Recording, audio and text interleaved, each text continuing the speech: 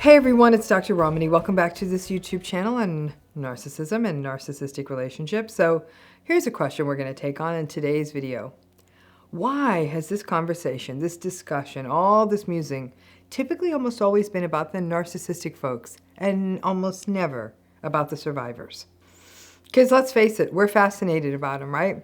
More people want to watch stories about serial killers than they do want to watch shows about nice people. But this is the end of me talking about the book on this channel.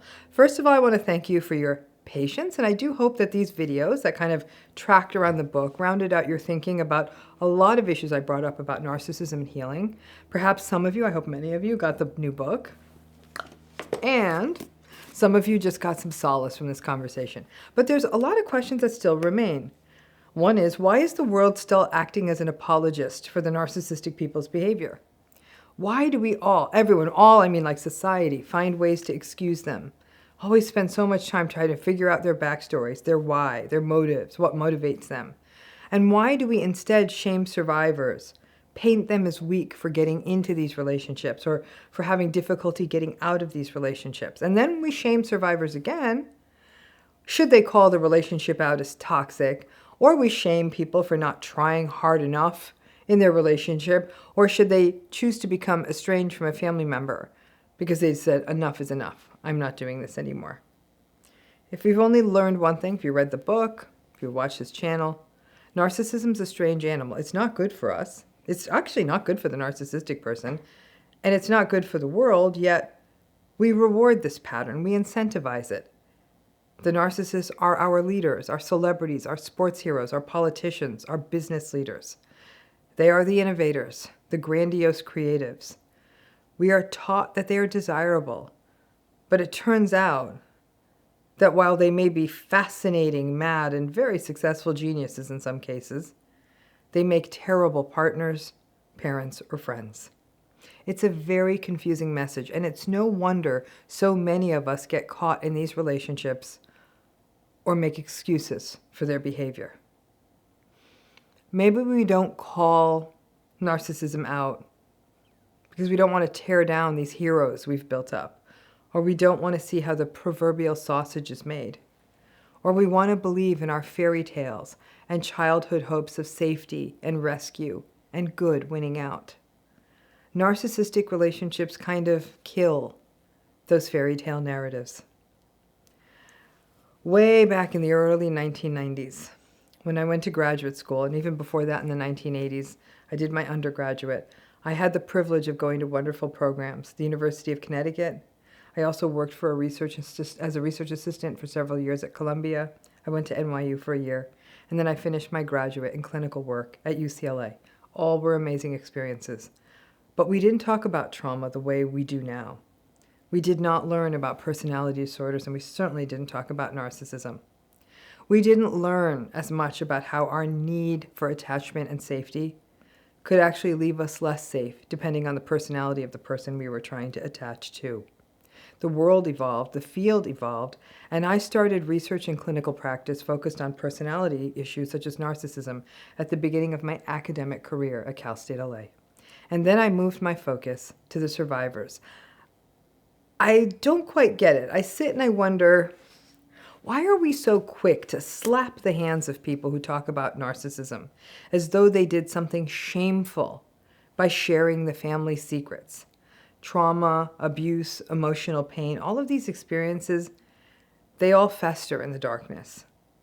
This work that I talk about, that I write about, it isn't about telling everyone to walk away from invalidating family members and spouses and partners and friends and colleagues.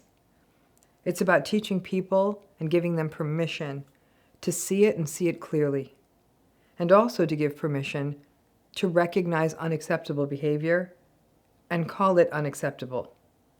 That life isn't a summer camp of kumbaya and forcing everyone to be friends, but about being discerning, listening to our minds and bodies, and recognizing that all of us are more than enough, and anyone who's telling us otherwise is just trying to hold power over us. The field still believes that we can communicate and set boundaries and practice gratitude and make these relationships work, and that's simply not true. I wish everyone in the world was in a healthy relationship where that stuff works. But that's not how the world works. When I stop to think how much human potential that we have lost in people who have been silenced, mocked, humiliated, and invalidated by narcissistic people for their entire lives, which meant we didn't get to hear their words, their ideas, their creativity.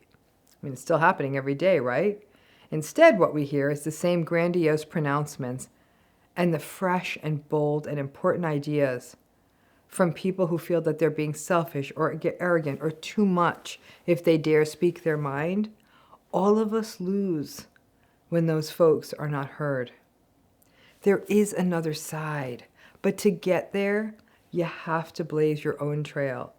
You have to take some unpopular stances and see that the process of recognizing and validating manipulative behavior for what it is ultimately how we free ourselves and how we stop playing the massive enabling game that has kept so many people stuck. And then we have to take the even more unpopular stance of going out into the world as an authentic person. People talk a tough game about authenticity. It's not an easy walk or talk, and to do it means that you have to be willing to step away from the people who are willing to steal your voice to amplify their own. So I want to thank all of you on this YouTube channel, people watching this video, for going on this book ride with me. This book was 3 years of writing and revision and 20 years of research before that. This book is also the beating heart of the soul wounds of thousands of people I've had the privilege to teach, work with clinically, support, listen to, and I was right there with them, navigating my own grief and my own wounds. We are now going back to our usual YouTube, our many videos about all the thousands of questions people have sent in about narcissism and narcissistic relationships. I want to thank all of you again for your support, the kind comments, the encouragement, and for sharing your experiences.